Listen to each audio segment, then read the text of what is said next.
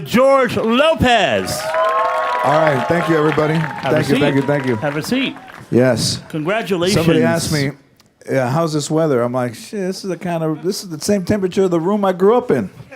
He's still got his outside jacket on. I love That's it. how cold it is. It's nice. I feel good. I love this temperature. Well, welcome. Congratulations. This movie is incredible. I got to watch it a few days ago, and I was so moved by the story of these four young men, even though it's a story that's been told in Wired magazine. There was a documentary. Yeah.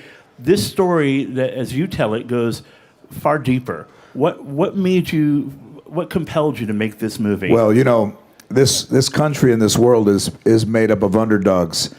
This is really the first movie that I've done where social media plays such a huge part in getting the awareness out, right?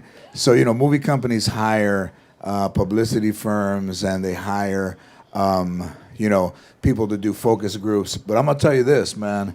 Carlos Penavega is in the movie as well. He's in Big Time Rush, and between he and I, we have created a social media buzz that is second only to American Sniper.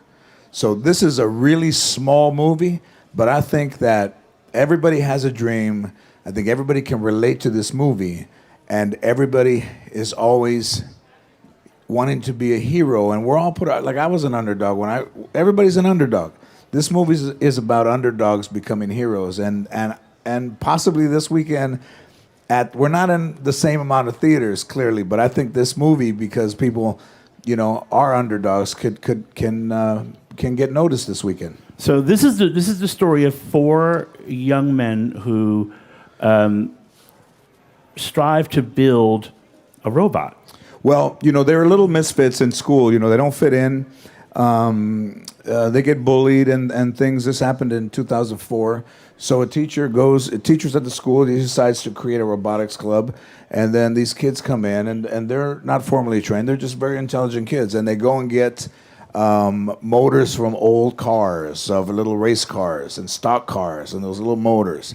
And then we in the movie went to a hardware store to get PVC pipe and glue and trolling motors, things that aren't necessarily the same kind of things a college would use or any other high school that has funds. You know, so in truth, I found out from the kids that they got the PVC pipe not from a hardware store, but from the side of one of the kids' house, that they had PVC pipe. And then they created this robot that was an underwater robot. They designed it, they did the program for it, and they went to Santa Barbara to compete. And instead of competing against high schools, because they thought it would be embarrassing to lose to high schools, they entered in the college division. And they beat Stanford, Cornell, Duke, Harvard, Florida, and MIT. And these are four kids. The team consists of only four young Latino kids, and they beat MIT not only in 2004, 2005, and 2006, and they continue to excel at robotics at a community high school. So it's a very powerful little movie. But there's the added twist that these four young men are undocumented. The four guys are undocumented, yes. So when they win, you think when you win a competition like that all good things happen, but unfortunately because of their status, it didn't turn out that way. And the movie deals with that. It's not a movie about immigration. It's just it happens to be a situation that was real to the story. But you don't have to be Latino to enjoy this film. When I was watching Rocky or Karate Kid or the movies that I liked, I didn't look at the Karate Kid as an Italian kid from New York trying to fit in California. I just looked like a kid that was having a hard time fitting in. So, well, I remember as I was watching the movie, and again, it's called Spare Parts, opens Friday. Got to get those names in. Spare Parts. Spare Parts. As I was watching it, I was thinking a lot about my boyhood during the 70s in the Bronx. Yeah. Blue-collar family. My father is functional illiterate, and I was told I was going to be a mechanic. Right. And nothing wrong with being a mechanic, no. But I had bigger dreams for myself. Right. And I was watching this movie and connected so deeply with these four young men because they achieve by their wits and by any means necessary, Right. which is the ultimate American dream. Well, there's an ingenuity that you have when you don't have the money that everyone else has, that you create a way to get things done. I think it was in the clip, the thing. So this robot leaked. The soldering iron had touched the rubber of seal, and it made a small burn. And when the robot was in the water, it would misfunction because water got into the wire, just a little bit of water. So they had to create a way so that it could still function. And they used a sock, they used a towel, and that didn't work. And then they said, we need something that's really absorbent and small. And they used a feminine product to put in there. It's one of the funniest scenes in this movie.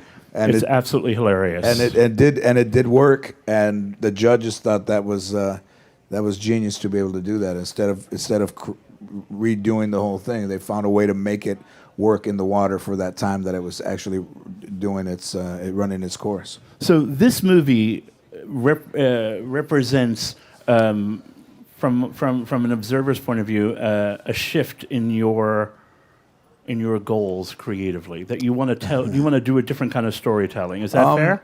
I've been very fortunate to be able to have done a lot of things. My sitcom was very successful on ABC, and then, my talk show ran a couple of years, and that was fun.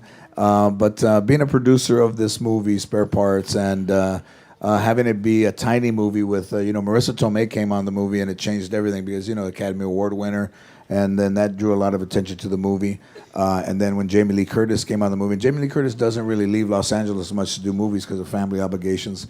And we did this in New Mexico, and Jamie Lee Curtis came for 2 days. She's great in the movie, holds it down very well. And then I called Esai Morales, and Esai Morales plays one of the kids' fathers. And then I play the teacher. It's very dramatic for me, something very different than people are used to seeing me do. It's a great performance. Heavy. Yeah, thank you. Very heavy, dramatic stuff, but fun still stuff too. So it's humorous, and it doesn't. The jokes don't lay there like jokes. They just lay there like conversations that people would have that would be humorous. Doesn't necessarily. It's not broad. But it's subtle, and the subtle stuff is sometimes very funny as well. Well, it's very human and very relatable. Yeah. We're talking about the movie Spare Parts. Shall we take a look at a clip from the movie? Yeah, let's see what this... That's a scene from Spare Parts, starring George Lopez. So, how many times did she slap you? I can only remember the first 4. I think there might have been 3 more over there. It shook my molars, man. It really does roll your eyes in your head. Because I'm guessing the Oscar-winning Marissa Tomei doesn't fake a slap. I said, I don't think she needs to hit me. And then it was never a situation where she wasn't going to hit me. Like, I don't think she needs to hit me. Like, maybe once. She's hardcore. Shh, that's a real... My grandmother hit me, but never like that. My grandmother hit me from behind. I never saw her coming. This one I saw. It was still a surprise. Tell me about the place you reached to find the confidence to lead this movie with such a big cast, with these young actors who were really looking to you for guidance. That's a big order for anybody. Well, if you think about everybody's dreams and what you aspire to be when you're young, everything just looks like it's impossible. But really, nothing is impossible. So in looking at these young kids, forget color. Everybody thinks it's wrapped up in color. But if you look at these young kids who, for under $800, created this and designed this robot to function, and then because you don't think enough of your ability to enter with high schools because you think you're going to come in last, you enter in against colleges because you think if you can beat one college, then that's a victory. So even in our own dreams, we still create doubt in ourselves, and that's what's really powerful about this movie. For me, when I was growing up, man, I wrote jokes on the back of envelopes that were already used, and whatever I could find, and now that I look back, it was difficult to keep going back to a place and to comedy clubs and things when you're not very good and you're trying to find your way, but there's something that makes you go back and not quit. And, quitting is the end, and now when we raise kids and there's so much that they're given, you can give somebody a car, and you can give somebody a compliment, but you can't give somebody will to continue. That has to come from within. Where did you find your will? Go all the way back to when you knew that this is what you wanted. There's no more terrifying thing than standing on a stage with a No. microphone in your hand. No. None. I just felt like I was different. I felt like I was a little bit different. Listen. I am not. I wasn't the best student in high school, and I did realize when I got out of school and I started to try to get into the workplace that I did squander several years of education trying to be cool and trying to be funny with time that I could not get back, and that was very disappointing to me. One of the things I think that hurt me the most was that I finally realized that all the guys that I hung out with are gone.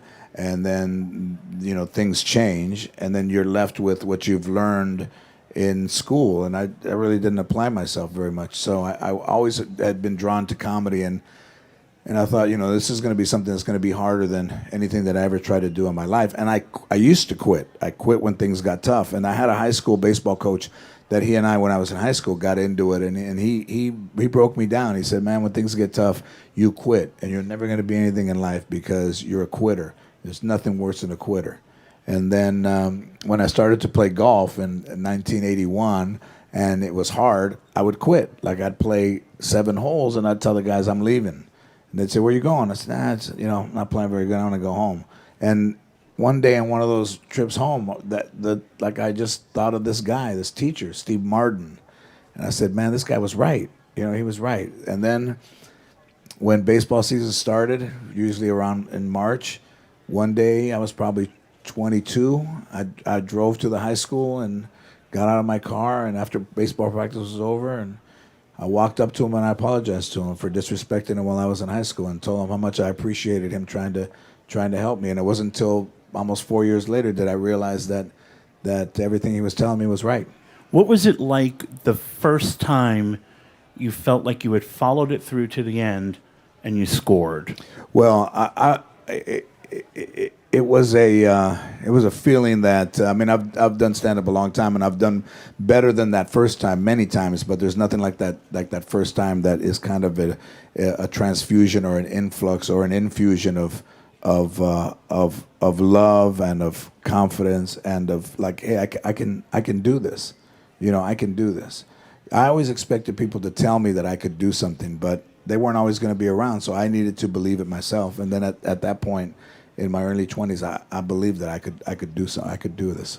And for those of you, if you ever want a boost, get to YouTube and type in George Lopez, Que Locos, and look at those old TV shows. Hilarious. Just the hair is hilarious. Well, but the confidence. Yeah. You had great camera presence. How like that show goes all the way back. Yeah. But a dream doesn't live by itself. I've had some really, everybody's seen the original Willy Wonka, right? So I loved Willy Wonka when I was a kid because it's about a dream. It's about a kid that didn't have a lot of money, and there's this chocolate factory. There's 6 tickets. He never thinks he's going to get one. He finds money in the street. He buys a chocolate, and it's in there. And I was in Las Vegas in 1990, the summer of 90, opening for Sheena Easton at Bally's. And I saw in USA Today that Johnny Carson was leaving The Tonight Show in 1991. And I remember reading this thing in the Life section, and it said that 6 new comedians were going to be on The Tonight Show before he left, from that point till the next May of 92. And I never thought of myself being on The Tonight Show, much less thinking I would be one of the last 6 to do The Tonight Show. So on a Wednesday night in August of 91, he was leaving in 92, 2 months after, I'm at the Improv in Los Angeles on a Wednesday. And I always try to do my best no matter who was there, if there was 10 people or 100 people. And I went up there, and I didn't do too bad, you know. And this guy comes up to me afterwards, and he says, "I'm Jim McCauley. I'm the talent coordinator for the Tonight Show." And I said, "Oh, hey." He goes, "I like what you did." And I said, "Oh, okay, all right." And then he said, "Congratulations. I'm gonna put his hand out. I'm gonna put you on the Tonight Show." And I was like, "What?" He goes, "You got the Tonight Show." And I got one of those last 6 spots before Johnny Carson left. Isn't that something? After seeing that thing, yeah. So, in your mind, do you allow yourself to believe that that's skill or luck? There's a little bit of luck, but listen, if you half-ass it, that guy doesn't do that. So I never half-assed it because you never know who's going to be out there. Right. So you treat every time like it's your first time. I learned that from Carlos Santana. He said, first time, every time. First time, every time you do it, treat it like it's the first time. That's good advice. So do you, in the moments when you pause and think about your life, and certainly 2 days before a big movie opens, you might be doing that. Yeah.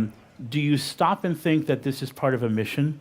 Because we did almost lose you a number of years ago. You nearly died, and as someone who's had a near-death experience myself, you spend some time, I imagine, asking why you got spared. Well, I had kidney disease growing up, and I almost, when the doctor told me in like '98 that I had kidney disease, I couldn't stand up, and I was on the road, and I kind of bent. I was like, I walked like this, I walked this way.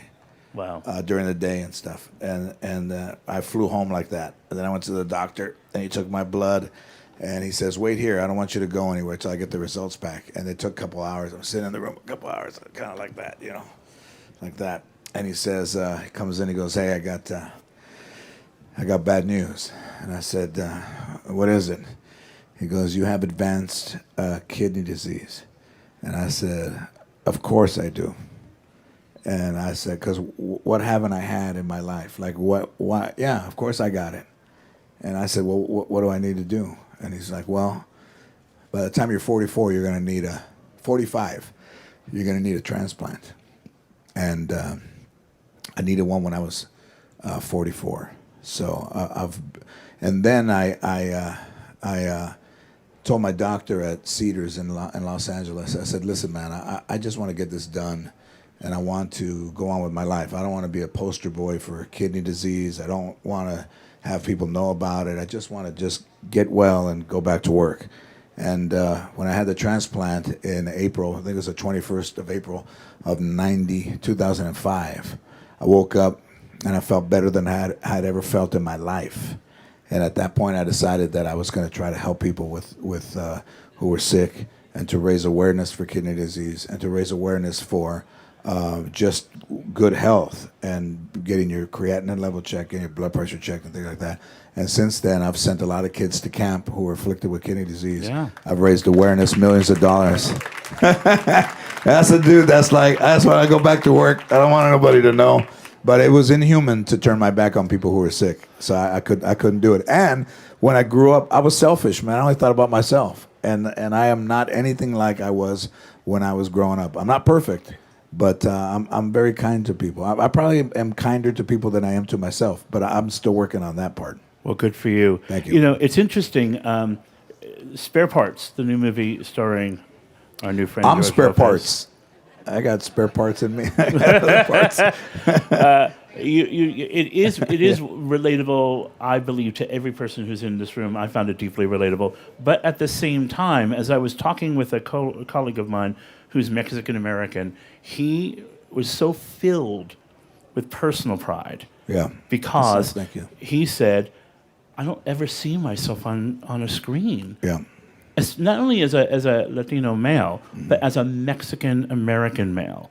Yeah. So to see this movie and to see you succeed, to see you thrive, is a huge thing. So what does it mean to know that he's just one of millions? I mean, it may seem like a leading question, but this movie is more than about all of us. This movie is about Mexican Americans. and the fight that they have to endure. Well, there's a fight that everybody has to endure, but I will say this, not to separate Latinos or Mexican Americans from anybody else, but in this world right now, there's high tension racially, and there's a lot of things that are happening that are causing a lot of people pain.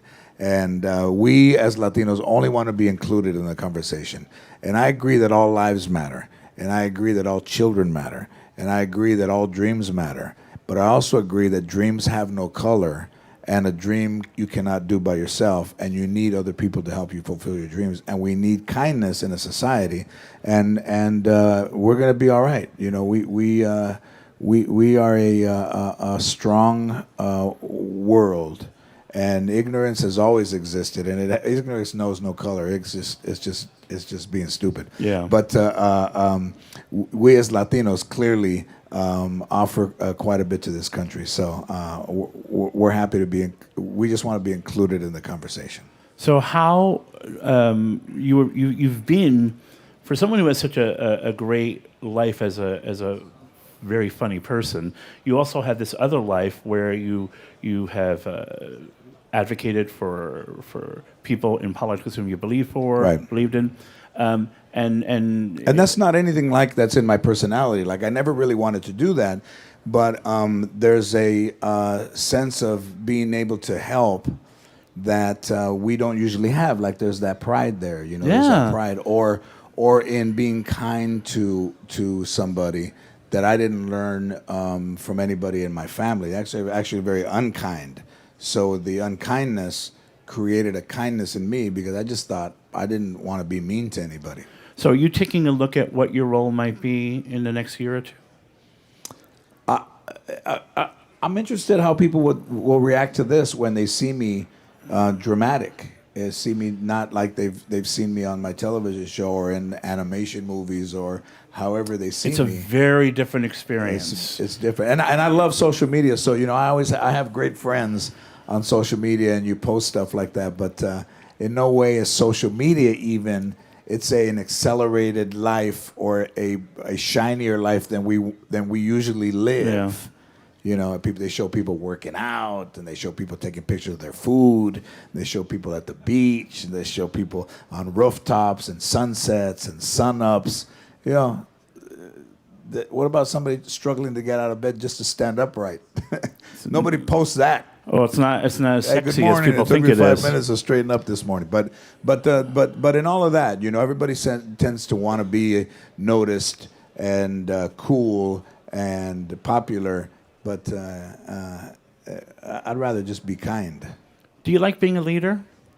Well, I don't know if I would call myself a leader, but I like who I am. I like who I'm becoming as I get older. As like the sands of the glass get less sand, I'm like, I better start being nice. I don't have that much sand left. Why are people so not nice? You've made reference to being kind numerous times, and there's a rush to our society. There's just a rush of, a text message is. I'm far be it from me to criticize anybody who texts. Sometimes I only have conversations with people texting, but it's a very impersonal thing. Yeah. Than to pick up the phone and say, "Hey, man, I'm running a little bit late. I'll see you when I get there." Just to text. Yeah. It's a very impersonal. So tell me something. What do you find funny about life right now? The foods that people can eat and not eat, gluten and whole foods and organic peanut butter and peanut butter allergies and kale. I mean, how long have we been around? I just heard of kale like in the last year. It was just lettuce. There was romaine, there was iceberg, there was like spinach leaves, and all of a sudden kale comes out. And then now there's low-fat vinaigrette. But when we were growing up, they had shit like Roquefort, which was all cheese and like chunks. It just took forever for it to get out of the bottle. That salad dressing is gone. Like they said, hey, those were good days. Those were good days, though. So Thousand Island, and dipping fries in ranch dressing. Those were the good old days. Those were the good old days. Peanut allergies. I was on a plane and they didn't have peanuts because one passenger had a peanut allergy. So I said, time to go Greyhound and give us the rest of the peanuts. So you have this production company. Spare Parts is the first movie from this company, Yep. correct? So what else do you? How many other movies do you have lined up? I'm looking for the next. haven't picked one? The next project. I haven't picked one yet, but there's some stuff I'm looking at. But you know, I'm you know, to stay in the moment. I'm waiting to see what the reaction to me as a dramatic actor is. So, what do you? What's We'll see what happens. I mean, you know, I'm just so happy. Like I'm still touring, doing stand up. I love doing stand up, and myself and Cedric the Entertainer and D.L. Hughley and Eddie Griffin and Charlie Murphy and Mike Epps. All of us are out on tour together. Together, all of us in one show on one night. How often do you see each other? We don't You can't be traveling together. No, we'll see each other at the end of the month in Jacksonville and in Tampa, then in Cincinnati and North Carolina. But we're gonna come to New York. We're gonna go to D.C. We're gonna go to Detroit. We're gonna do a big tour of this thing, and it is fun. It's just a, you know, listen, man, we gotta laugh. It's just a fun night filled with some great comedians. Do you get nervous before you go on stage? Never. Never? No. How do you size up the room when you walk in? Like right now, this Yeah. would be a good room right here. Very This looks like a good diverse. room. Yeah? Look like there's some sports fans. Very Yeah. diverse. This is a good room right here. You got some people that are a little bit older, a little bit younger. This is a good room right here. It's a good room. George I think we Lopez? should all get together and buy the Knicks. Everybody, pass around a hat. Let's turn it all around. Well, y'all are going to get a chance to ask some questions as Yeah. well. But we do have another clip from Spare Parts. Oh. Shall we take a look? Yeah, you guys want to see it? Come on. Come on. Give them some love. I hope I'm not putting anybody to sleep. Parts opening Friday. George Lopez. Thank you, everybody. What's it like to see yourself on screen? It's pretty brutal. You know, I try to make myself look different. That's actually the real color of my hair, very gray. And no offense. I was going to ask you that next. Yeah, so I decided to go gray and then let my mustache and goatee grow. And it was rough because, you know, people used to seeing you from your TV show, and if you go eat, there's always little kids, and they go, "Hey, this is George Lopez," and they go, "You got old." Like, yeah, all right. How old are you? 7. All right. But that was the reaction to that. It's like, you got old. I went to Dwayne Reed and the cash register. The woman at the cash register told me, before she even told me hello, said, "You got old." Even before she rang me up. That's She said, mean. I got old. It's. I guess I'm supposed to look like I looked in that show forever, but I can't. You look pretty close to it. Thank you. I feel pretty good. Don't let this jacket fool you. There's a little skinny dude under there. So are we ready to get some questions from the audience for George Lopez? Yeah? Let's stand up. Let's say where you're from, and let's say favorite song of all time. Let's make it Wait. interesting. What's your favorite song of all time? Mine is, there's a bunch of them. Mine is favorite of all time. Just makes you go, when you hear it. Wow, that's a pretty good one. I'm gonna say, I'm gonna say "Reasons" from Earth, Wind and Fire. Wow. It just kept pop. There's so many that kept popping into my heart. I said "Reasons" is so great. Pretty good. That's so pretty great. good. And favorite song, by the way. Don't forget favorite song. I don't have a favorite song of all time. What? All right. Since you're George Lopez, I'll tell you. My favorite song of all time is from Snoop Dogg, Gin and Juice. That's what I'm saying. Come on, that's a good song. Good. Gin and Juice. What about the guy next to you? I think his is Gin and Juice too. Yes, sir. Question? Yes, on School Dance, I like the, you played the father in that movie School Dance. Yes. I've seen it a few months ago. With Nick Cannon, Yeah, with Nick Cannon, Mike Epps, so Epps. forth. Yeah, Kevin Hart. yeah.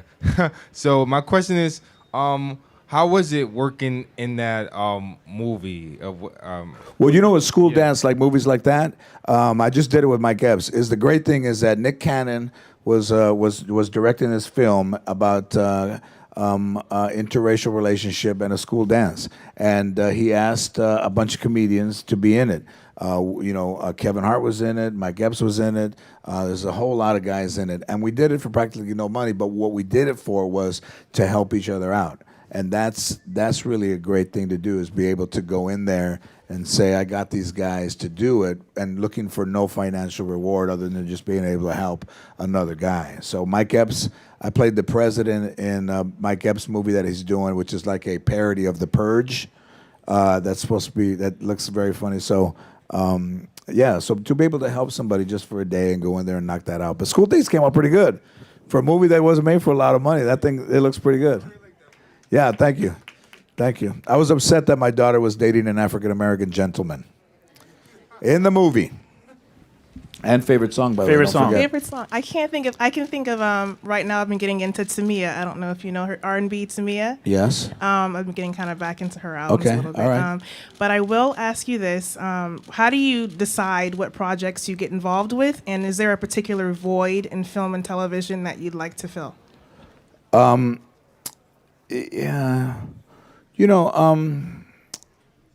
Like this, because it was based on a true story, and the Wired article was so strong, and I felt that there was a place for a movie like this. But a lot of things are a little bit derogatory of just like gangsta. I don't really do that. But as in a void in TV.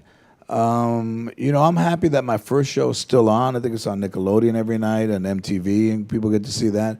But if something is good, and I always try to create it. Like earlier last year, I did a show called St. George on FX, which I liked, by the way, with Danny Trejo. Machete was in it. That was a great David show. Zayas here from New York. It was a fun show. I liked it. And it was about a guy who had kind of come up and made a name for himself and created an energy drink, and it's always trying to be a little bit positive. But Gina Rodriguez winning a Golden Globe for Jane the Virgin is fantastic, and there's great portrayals. Scandal and everything that's going on there. So gradually things, House of Lies, Don Cheadle, and those shows that are great with leads that are of color are all great stuff. So the needle is going in the right direction. Hi, my name is Julian. I just see my favorite song, right? Yes. Probably "Break On Through" by The Doors. Oh, I'd say. Yeah. All right. You guys remember that one? Yeah. First of all, I want to say you're a huge inspiration to the whole Latino community. Thank Since you I was very younger, much. I've looked up to you. Thank you. I was wondering what made you fully commit to show business, because I'm sure when you were younger, you were very maybe undecided, and you were thinking maybe it's not realistic or serious. But I know absolutely. that sure it was in your heart and your All your of it. passion. So I was wondering what part of your life did you fully commit? Well, I went through some very dark times, from like 95 to 99. Very dark. Alcohol, a lot of alcohol. Had a little incident last year with some alcohol too. It's been a struggle for me to get that right. Never had a really good relationship with it. Kind of wish the one thing I would do all over again. I probably wouldn't drink anything for back then, if I realized how much damage it can do to somebody. But in 2000, Sandra Bullock came to see me at an improv in Brea, California, and then she got involved with me because she liked my stand-up to do the show. So it became my sitcom. But nobody was running out there to help me. So I owe her an incredible debt of gratitude for believing in me and sticking with me and making that show happen. And then you have to do stuff on your own. I mean, I still had to deliver stories, and a lot of them were from my life. But without that initial hand up, I'm not sure where I would be. And I think my career would be different without a hand, without her assistance. So and she knows how much I respect and love her for that. Hello, my name is Andre. I'm a young actor based here in New York. Favorite song? I would say Kanye West, Good Life. All right. That song changed my life. As far as the question, I wanted to know, when it comes to intention in the career thing, the industry, I call it an industry. It is. I feel like I came in it for a different intention. How do you stay focused on that and still be business oriented. What intention do you what do you aspire to do in that business? I feel like I can use this medium to talk to people, basically, and to help people find their purpose in life. Yep. That's how I mean, Will Smith was one of my biggest, people. Yes. I mean, when I didn't learn from teachers, I didn't learn from preachers, I learned from artists. Right. And how do you stay focused on that and also stay business oriented? Well, the thing is that the public personality is kind of like a veneer to the other person underneath. So if you separate the two and not believe that you are super or better than anyone else, so you just trying to remain humble underneath and then do your work that you have to do. But I've run into a lot of people when I had my talk show that really did think they were special. Really just were affected by the business. They're very sad people. Man, They're very sad people. I Wow. meet them every day. Oh, right? Every day of my life. They start to walk around like they are detectives or mafiosos, and it does that kind of does affect you. But if you stay grounded and stay real underneath and let the work speak for itself and not have to tell somebody who you are or what you do, you'll find a place and you'll inspire other people because of humility. Humility inspires people. Somebody being humble and yet remaining talented and focused and driven, but yet down to earth. It's a tough combination to get, but you know what? What's so you beautiful look about like this you got movie? it. I feel it.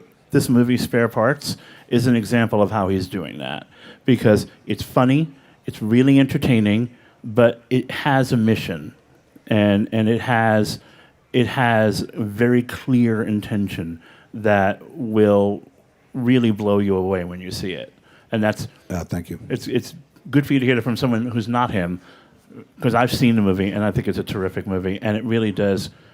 It'll answer all your questions. Yeah, I wish you the best of luck as well. My favorite song. Dime.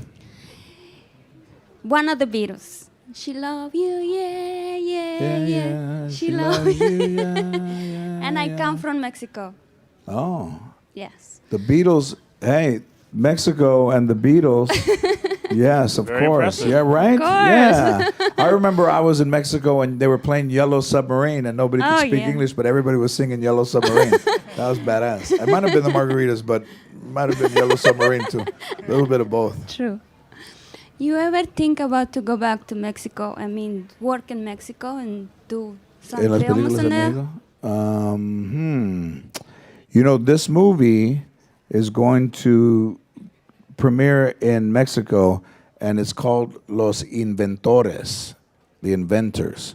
So this movie will go to Mexico, yes. But I think Eugenio Derbez is an incredibly talented actor from Mexico, and I would love to have him help me with the Mexican audience, and then me help him to get a larger American audience and do a movie together. I think that would be good. Yeah, I would like that. Well, the movie is called Thank Spare you. Parts. Gracias a usted. Stars George Lopez. Thank you. You're very kind. Listen, everybody. I know everybody. I appreciate every one of you coming here to listen to me talk about this movie. I think you will like this movie. Listen, it is inspiring. However you live your life, we all want to be somebody, and this movie is about kids becoming somebody, but not posing, earning it. It all has to be earned. To be appreciated, it must be earned. Yes. Thank you, So everybody. thank you, and thank you.